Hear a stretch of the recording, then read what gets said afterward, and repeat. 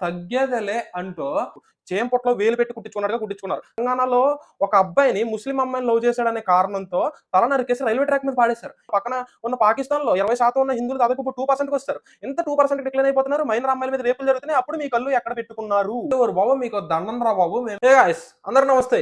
నా పేరు అభి. మీరు చూస్తున్నారు అభిస్ వర్షన్. గత 2 రోజులుగా సోషల్ మీడియా మొత్తం ఒకటే మ్యూజిక్.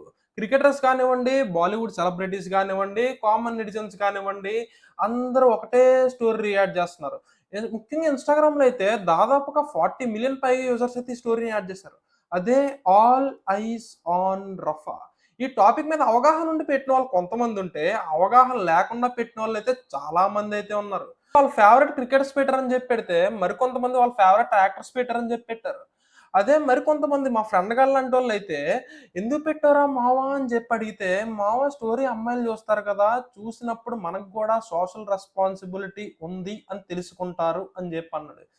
నాకైతే బుర్ర పాడైపోయింది. "ఏం మావ నువ్వు కూడా అలాగే పెట్టావా?" ఫస్ట్ ఆఫ్ ఆల్ ఇలాంటి ఇన్సిడెంట్లు ఎప్పుడైనా అనలైజ్ చేసేటప్పుడు ఎప్పుడు కూడా వన్ సైడ్ తీసుకొని అనలైజ్ చేయకండి. మీరు ఎటు సైడ్ తీసుకున్నా మీ సైడ్ కనీసం ఈ వీడియో అయ్యే వరకైతే న్యూట్రల్ పర్స్పెక్టివ్‌తో ఆలోచించడానికైతే ట్రై చేయండి. సో, ఫస్ట్ ఆఫ్ ఆల్ ఈ ఇన్సిడెంట్ గురించి తెలుసుకోవాలంటే కొంచెం వెనక్కెళ్ళాలి. ఎక్కువ టైం అయితే తీసుకోను. చాలా సింపుల్‌గా ఎక్స్‌ప్లెయిన్ చేయడానికి ట్రై చేస్తాను.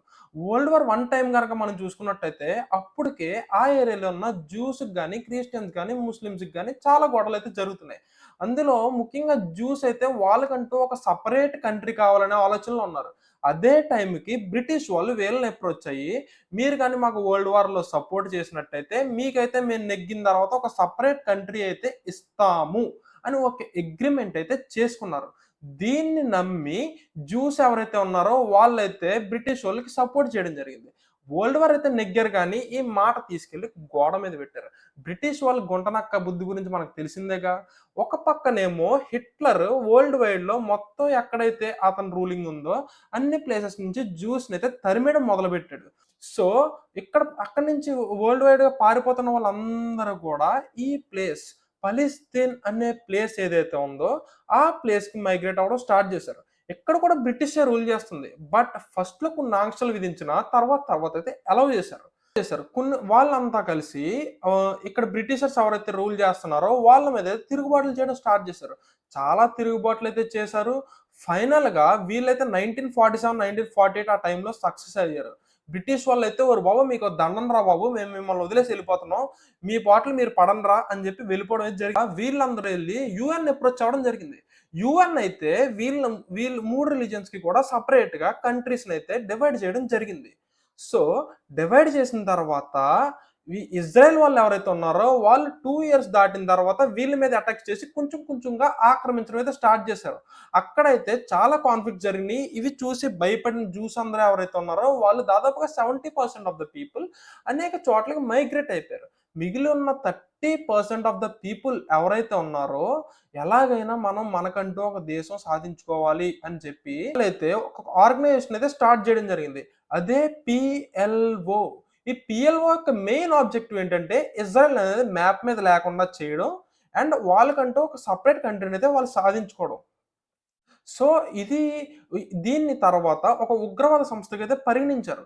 సో, ఉగ్రవాద సంస్థగా పరిగణించిన వరల్డ్ అంతా వీళ్ళు ఉగ్రవాద సంస్థగా చూస్తున్న వీళ్ళ సైడ్ నుంచి చూస్తే ఫ్రీడమ్ కోసం ఫైట్ చేసే ఒక రెవల్యూషనరీ ఆర్మీ అని చెప్పుకోవచ్చు మనం.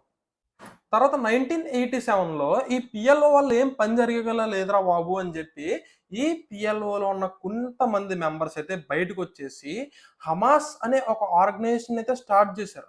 ఈ హమాస్ ఆబ్జెక్టివ్ కూడా వాళ్ళకంటూ ఒక సెపరేట్ కంట్రీని ఏర్పాటు చేసుకోవడమే. బట్ పీఎల్ఓకి చాలా భిన్నంగా వీళ్ళైతే చాలా వైలెంట్‌గా వెళ్ళడం అయితే జరిగింది. వీళ్ళ వయలెన్స్‌ని చూసి వీళ్ళనైతే ఒక టెర్రరిస్ట్ ఆర్గనైజేషన్‌గా అయితే గుర్తించారు.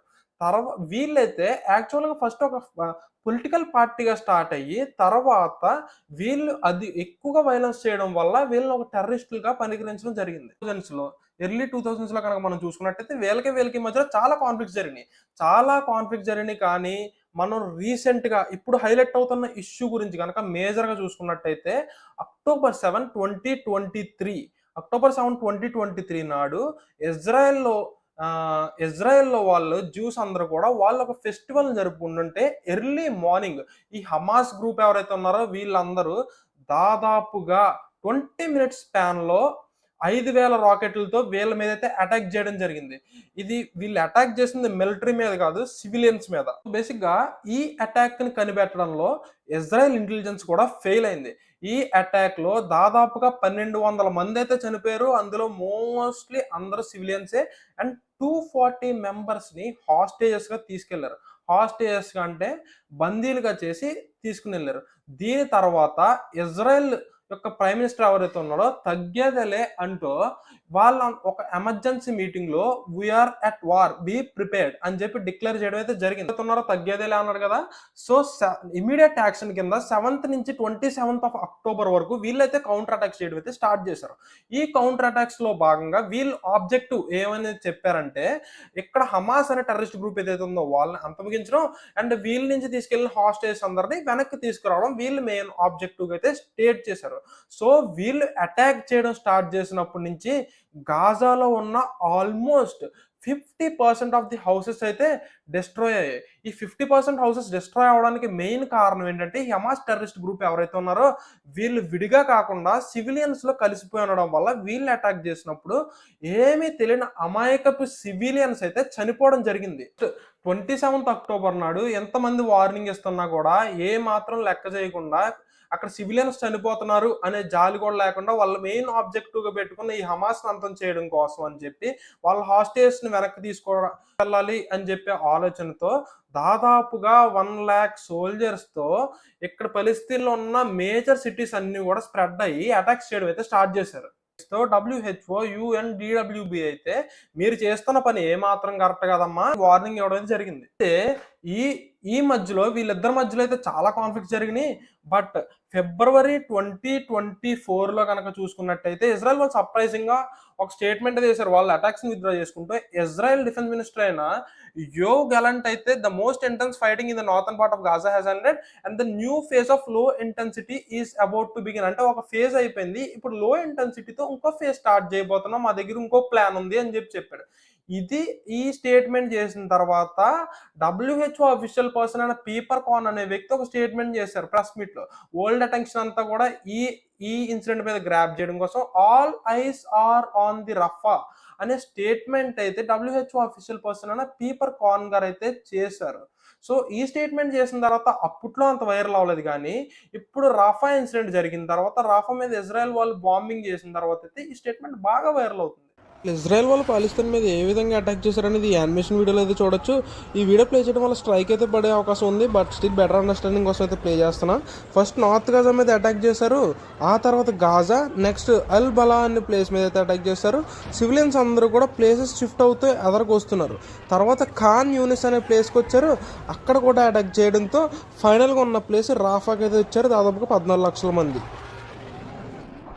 యుఎస్ అయితే మీరు కనుక రాఫా మీద చేయబోతున్న అటాక్ ని అయితే ఆపకపోతే మీకు మేము సప్లై చేస్తున్న మిలిటెంట్ ఆర్మ్స్ అన్ని కూడా ఆపేస్తాం అని చెప్పి యుఎస్ చెప్పింది. 24th మే నాడు ఇంటర్నేషనల్ కోర్ట్ ఆఫ్ జస్టిస్ కూడా వార్నింగ్ ఇచ్చింది.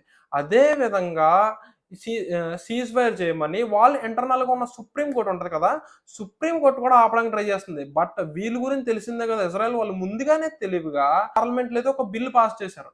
ఏంటంటే సుప్రీం కోర్ట్ ఒక ఇండిపెండెంట్ బాడీగా పనిచేయడం మానేసి గవర్నమెంట్ తో పనిచేస్తుంది. సో ఇండైరెక్ట్ గా ఈ చీఫ్ జస్టిస్ ఎవరైతే ఉంటారో వాళ్ళు సుప్రీం కోర్టుకి వాళ్ళని కూడా గవర్నమెంట్ వాళ్ళే నియమిస్తారు. ఉన్న ప్రజలు ఎవరైతే ఉన్నారో వాళ్ళందరూ కూడా నెమ్మదిగా అటాక్స్ జరగడంతో నెమ్మదిగా మైగ్రేట్ అవుతూ దాదాపుగా 14 లక్షల మంది అయితే రాఫా అనే ప్లేస్కి వచ్చి అక్కడైతే శరణార్థులుగా వాళ్ళైతే స్టే చేస్తున్నారు. వాళ్ళు స్టే చేస్తుంటే యాక్చువల్గా వీళ్ళు ఇక్కడంతా కూడా వార్ జరుగుతుంది, సివిలియన్స్ అందరూ సేఫ్ గా ఉండాలని ఇజ్రాయెల్ కూడా ఈ రాఫా అనే ప్లేస్ ను ఒక సేఫ్ జోన్ గా డిక్లేర్ చేస్తుంది. బట్ ట్విస్ట్ ఇస్తూ, ఎందుకంటే వీళ్ళు ఉన్నారు కదా ఈ టెర్రరిస్ట్ హమాస్ గ్రూప్ ఎవరైతే ఉన్నారో వీళ్ళందరూ కూడా తెలివిగా ప్రజలతో ఉండే అండర్ గ్రౌండ్ టనల్స్ చేసుకుంటూ వాళ్ళ దగ్గరే ఈ ఆర్మ్స్ అన్ని కూడా పెట్టుకుంటూ రాకెట్ లాంచర్స్ అన్ని కూడా పెట్టుకున్నారు. ఇజ్రాయెల్ కి ఇది తెలిసి మండిపోయి వాళ్ళైతే వీళ్ళ మీద అటాక్ చేయడం అయితే జరిగింది. సండే నాడు 26th మే నాడు అటాక్ చేయడం అయితే జరిగింది. చీకట్లోంచి వెలుగులోకి వద్దాం. సో 26వ తారీఖు జరిగిన అటాక్ లో దాదాపు 45 మంది అయితే చనిపోయారు. 45 మంది సివిలియన్స్ చనిపోయారు అండ్ చాలా మందికి అయితే గాయాలు అయితే జరిగినాయి. వీళ్ళకి ఇలా జరగడం చాలా బాధాకరం. వాళ్ళందరికి కూడా శాంతి చేకూరాలని చెప్పి మనందరం కూడా కోరుకుందాం. అండ్ ఈ ఇష్యూని మన వీడియోలో ఎక్స్‌ప్లోర్ చేసింది మోస్ట్ ఆఫ్ ది టైమ్ మన ఇజ్రాయెల్ నుంచి వీళ్ళ మీద అటాక్స్ ఏ విధంగా జరిగినాయి అని మాత్రం చూసాం. వీళ్ళ సైడ్ నుంచి కూడా వీళ్ళ మీద చాలా అటాక్స్ జరిగినాయి. కాకపోతే ఇవన్నీ ఎక్స్‌ప్లోర్ చేస్తే వీడియో లెంత్ బాగా ఎక్కువైపోతుంది కాబట్టి వాళ్ళ పాయింట్ ఆఫ్ వ్యూలో నుంచైతే మనం చూసాం. సో, అసల మెయిన్ ప్రాబ్లమ్ ఏంటంటే ఇక్కడ సివిలియన్స్ అనేవాళ్ళు చాలా ఇబ్బంది పడుతున్నారు. అది ముఖ్యంగా హమాస్ వల్ల. ఇజ్రాయెల్ అటాక్ చేయడం కూడా మెయిన్ రీజన్ హమాస్‌ని మేము అటాక్ చేయాలనే రీజన్ అయితే వాళ్ళు చెప్తున్నారు. ఈ ఇజ్రాయెల్ కామ్‌గా ఉంటే వీళ్ళు అక్టోబర్ 7థ్ నాడు ఏదైతే చేశారో అది చాలా పెద్ద తప్పు. చేమ పొట్టలో వేలు పెట్టి కుట్టించుకున్నట్టుగా ఇక్కడ చీమైతే చాలా గట్టిగా కుట్టేసింది. అప్పటి నుంచి ఇప్పుడు దాకా అటాక్స్ జరుగుతూనే ఉన్నాయి. చాలా బాధాకరమైన విషయం. ఇది అటాక్స్ ఆగిపోయి మొత్తం శాంతియుతంగా ఉండాలి అని చెప్పి మనందరం కోరుకుందాం. అందరూ కూడా స్టోరీలు పెడుతున్నారు. ఆల్ ఐస్ ఆన్ రఫ్ అని చెప్పి. దీనికి చాలా మంది స్పందిస్తున్నారు.